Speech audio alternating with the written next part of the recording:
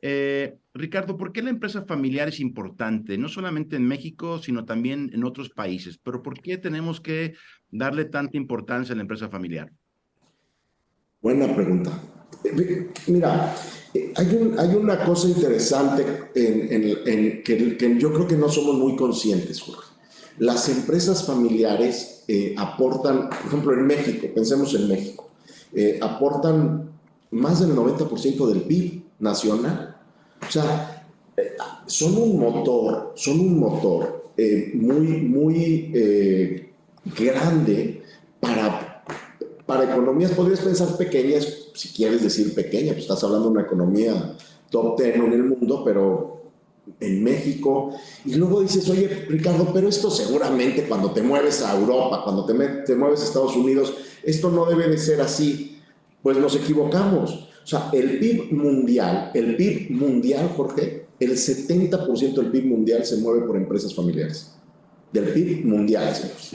O sea, a veces a mí me gustaría decir, claro, las empresas grandes son las mediáticas, ¿verdad? El gran corporativo, no quisiera decir yo ninguna marca, pero el gran corporativo, las empresas que hacen mucho renombre, que están en el stock market, claro, son muy mediáticas, llaman mucho la atención, pero la economía del mundo, el 70% de la economía del mundo pasa por las empresas familiares. Y honestamente, si piensas luego que además otro buen porcentaje a nivel mundial, ahí estamos hablando a nivel mundial, pasa por gobierno, o sea, son empresas de gobierno, en realidad las empresas que no son familiares son muy pocas si consideras este grupo de empresas familiares. Entonces,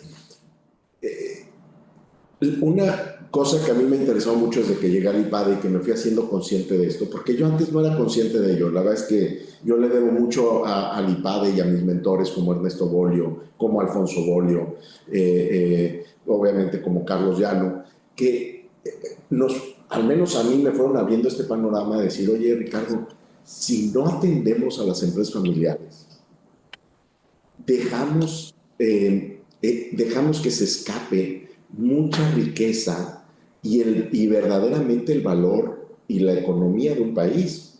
O sea, y esa es la razón, es lo que más me ha gustado, Jorge, o sea, cuando ayudas a una empresa familiar a seguir adelante y a pasar a una segunda, tercera generación, entonces ahí empiezas a ver que todo el patrimonio y la riqueza que creó una generación ya no nada más es para una familia, sino que empieza a ayudar y aportar a una sociedad, a una ciudad, a un país, y que vas haciendo realmente un patrimonio social como empresa familiar. Entonces, yo creo que, al menos desde mi trinchera, ¿verdad?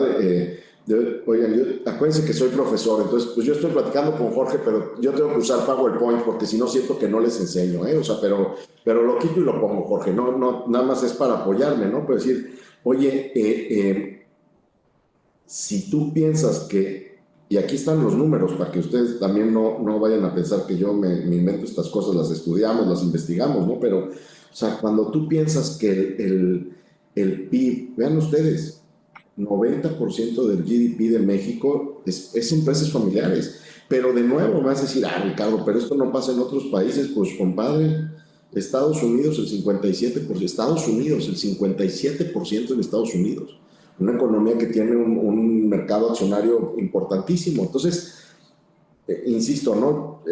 Obviamente hay una gran relevancia de la economía, y yo creo que desde mi trinchera como profesor, desde donde yo puedo estar, desde donde yo puedo aportar, pues lograr transitar de la primera a la segunda a la tercera, institucionalizar las empresas familiares, cuidar el patrimonio, porque ya no es un patrimonio solo de la familia.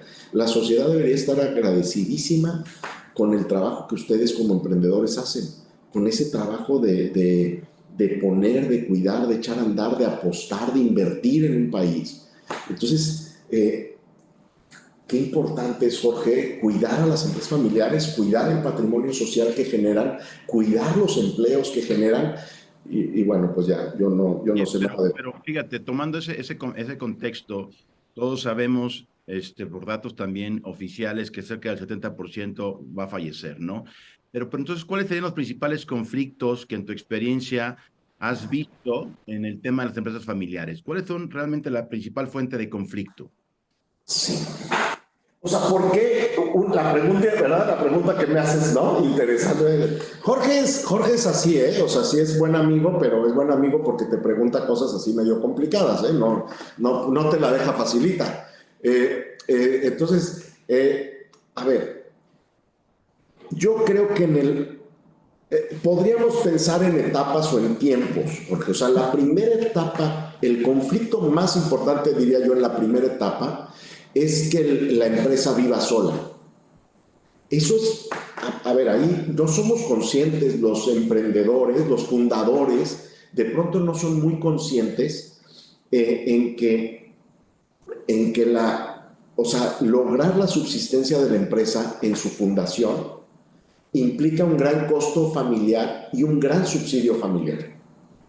Y eso es un primer conflicto, porque el fundador, la fundadora, y aquí con suerte contamos también con muchas mujeres, es decir, la fundadora de un negocio, el fundador de un negocio subsidia a la empresa en su fundación. Y eso requiere mucho tiempo, muchos. ¿Por qué lo subsidia? Déjame decir, Jorge, porque a lo mejor no se entiende. ¿Qué quiero decir con que lo subsidia? Porque cuando una empresa empieza, en la fundación de una empresa, siempre hay más talento en el fundador que lo que le puede pagar la empresa. Una empresa no puede pagar lo que vale un fundador. Eso no lo puede pagar una empresa. ¿Qué sueldo le pongo al fundador? Pues mira, le puedes poner el sueldo que quieras, pero honestamente, no hay, cuando inicia una empresa, no hay sueldo que le pague la capacidad del fundador, porque si el fundador no tiene capacidad, pues la empresa se muere. Entonces, sí, ahí empiezan las primeras tensiones, te diría yo, de la empresa familiar, porque aunque todavía no hay nadie de la familia más que los fundadores en el negocio, sí hay familia y sí hay empresa. Y entonces ahí, oye, ¿qué tanto es para la familia y qué tanto es para la empresa? ¿Y cuánto tiempo le debo dedicar a cada cosa? Insisto, la primera tensión es, pues la empresa se ve beneficiada de la capacidad del fundador. La empresa se ve beneficiada de la capacidad del fundador, porque sin esa capacidad no sale adelante. Y si no sale, pues eso, y no te puede pagar tu sueldo. Porque si le cargas el sueldo que deberías de cobrar como fundador, pues la ahogas, la asfixias, la empresa no sale adelante. Entonces, esa es la primera tensión. Esa misma tensión, decía mi buen maestro Alfonso Bolio, él le llamaba eso los dolores del crecimiento. Tenía por ahí incluso una nota técnica que hablaba de los dolores del crecimiento. Es decir, esa misma tensión, conforme la empresa va creciendo, se sigue generando esa tensión, porque siempre va a haber una relación, la sabemos, entre vamos a llamarle técnicamente, el costo de nómina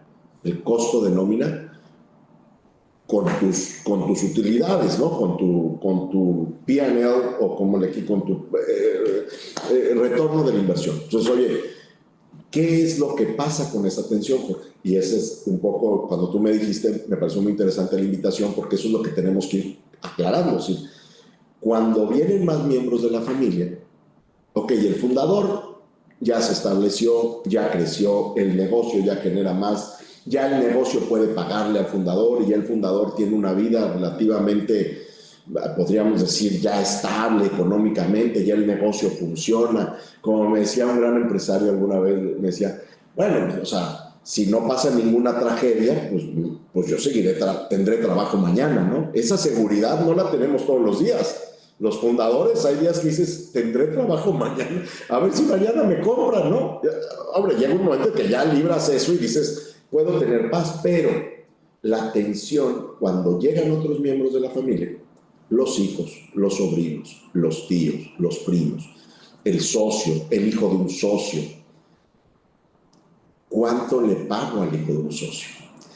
Y aquí viene un conflicto bien interesante, porque de nuevo, aquí se nos olvida, estamos creciendo y entonces la empresa debe de subsidiar. Yo no puedo contratar a lo mejor el talento que tiene uno de mis hijos, a lo mejor no me alcanzaría.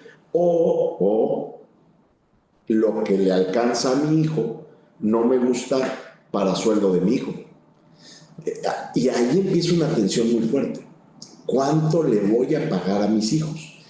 Y el tema, y por eso fue bien interesante cuando me invitaste, el tema ya no es contra las utilidades. O sea, los hijos no son un costo de nómina, sino que los hijos son patrimoniales.